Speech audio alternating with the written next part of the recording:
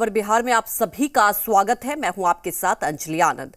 Bulletin की शुरुआत करते हैं बड़ी खबर के साथ। बिहार के डिप्टी सीएम तेजस्वी यादव की अर्जी पर आज दिल्ली हाईकोर्ट में सुनवाई होगी और अर्जी में तेजस्वी यादव ने सीबीआई के समन को रद्द करने की मांग की। तेजस्वी यादव ने कहा कि जब वो पटना में रह रहे हैं तो दिल्ली में समन क्यों भेजा गया।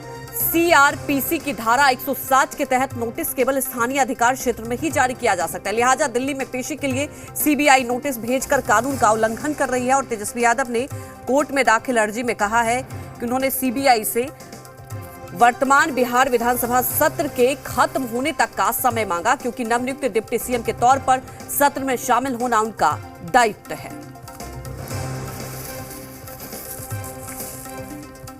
तमाम जानकारी के साथ संवाददाता दिल्ली से राजू राज फोन लाइन से जुड़ चुके हैं।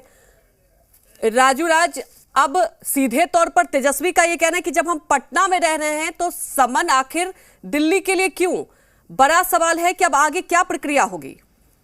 देखिए, इसी मामले को लेकर तेजस्वी यादव ने दिल्ली हाईकोर्ट का रुख किया है और सीबीआई ने जो तेजस्वी यादव को समन भेजा है उस समन को रद्द कराने की मांग की है, जिस पर आज 11 बजे के बाद दिल्ली हाईकोर्ट में सुनवाई है। दिनेश कुमार शर्मा जस्टिस, उनके बेंच में ये सुनवाई होना है। देखना होगा कि क्या दिल्ली हाईकोर्ट से तेजस्वी यादव को इसमें राहत मिलती है या नहीं। लेकिन सबसे बड़ी बात है कि सीबीआई ने 3 समन तेजस्वी यादव को भेजा था, जिसमें तेजस्वी यादव शामिल नहीं हुए और उसके बाद जो चौथा समन भेजा गया है उसे लेकर दिल्ली हाईकोर्ट का रुख किया है। तेजस्वी यादव ने जो दलील दी है अपनी याचिका में कि वो पटना के अस्थायी निवासी हैं और उनका पता पटना का है, तो 160 आईसीआरपीसी की धारा 160 के तहत उन्हें नोटिस भेजा गया है, तो उन्हें पटना में ही पूछताछ के लिए शामिल हो सकते हैं। क्योंकि दूसरी बात यह है कि विधानसभा सत्र है और वो उप मुख्यमंत्री हैं, उस सत्र में शामिल होना उनका दायित्व है, इसलिए उन्होंने सीबीआई से समय मांगा था। लेकिन सीबीआई उन्हें बार बार समन भेज रही थी। इसी के तहत उन्होंने दिल्ली हाईकोर्ट में याचिका लगाई और याचिका पर आज सुनवाई होनी है।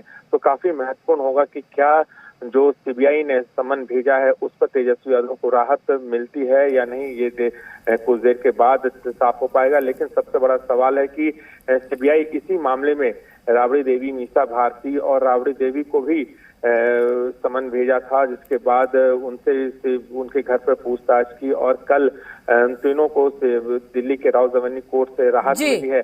तब देखना होगा कि तेजस्वी यादव के मामले में हाईकोर्ट का क्या रुख होता है। बिल्कुल, और इसी पर नजर भी रहेगी। आप हमारे साथ बने रहिए। पटना से रजनीश भी हमारे साथ लाइव जुड़ चुके हैं। रजनीश, कल आपने देखा कितनी उठापटक और हलचल रही। हालांकि राहत मिल गई लालू परिवार को, जब वहां से आपने देखा जमानत मिल गई। अब आज 11 बजे के बाद सुनवाई होगी। जो तेजस्वी यादव का सीधे तौर पर कहना है कि अगर हम पटना में हैं तो दिल्ली में क्यों। तो कुल मिलाकर सियासत भी हो रही है और दूसरी तरफ लगातार निगाहें कि 11 बजे के बाद सुनवाई होगी तो क्या कुछ होगा।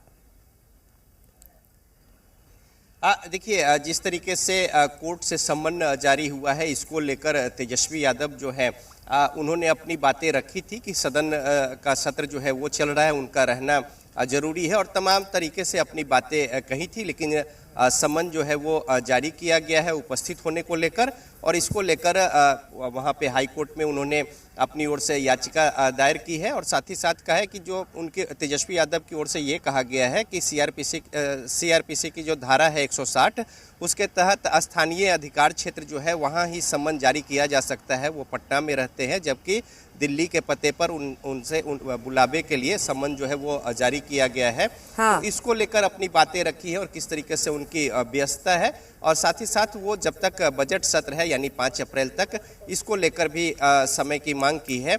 तो अब इस मसले पर आज सुनवाई होनी है और 11 बजे सुनवाई होगी। तो देखना है कि किस तरीके से तेजस्वी यादव जो है उन्हें राहत मिल पाता है या फिर उन्हें उपस्थित होने के लिए कहा जाता है। तो इन तमाम पहलुओं पर पक्ष विपक्ष दोनों की राय वहां पे कोर्ट सुनेंगे और उनकी बातों को सुनने के बाद बिल्कुल दोनों की राय सुनी जाएगी, उसके बाद देखेगा कोर्ट क्या फैसला लेगा। आप हमारे साथ बने रहिए। राजू राज भी हमारे साथ बने। राजू राज, ऐसी स्थिति की बात की जाए तो क्या कुछ लगता है कि हो सकता है, क्योंकि सवाल ये उठता है कि यहाँ पर ये कहा जा रहा है कि अगर समन की बात है तो ये पटना में भी हो सकता है, लेकिन कुल मिलाकर क्या अगर ऐसी परिस्थिति होती है कि तेजस्वी यादव को दिल्ली भी आना पड़ सकता है?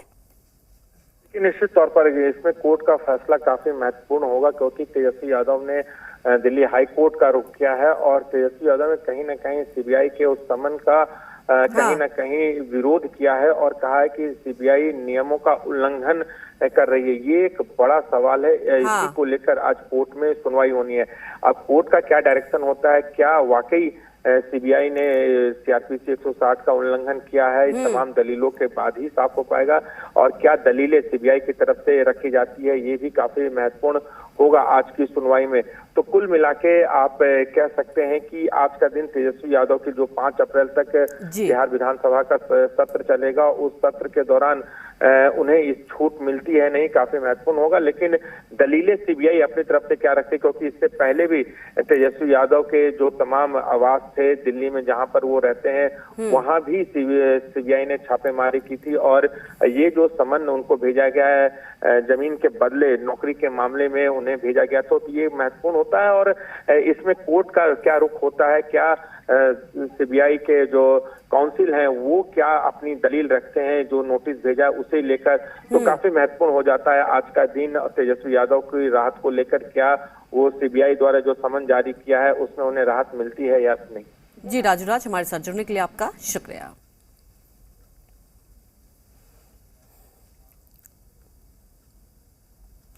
बिहार विधानसभा का बजट सत्र चल रहा है और सदन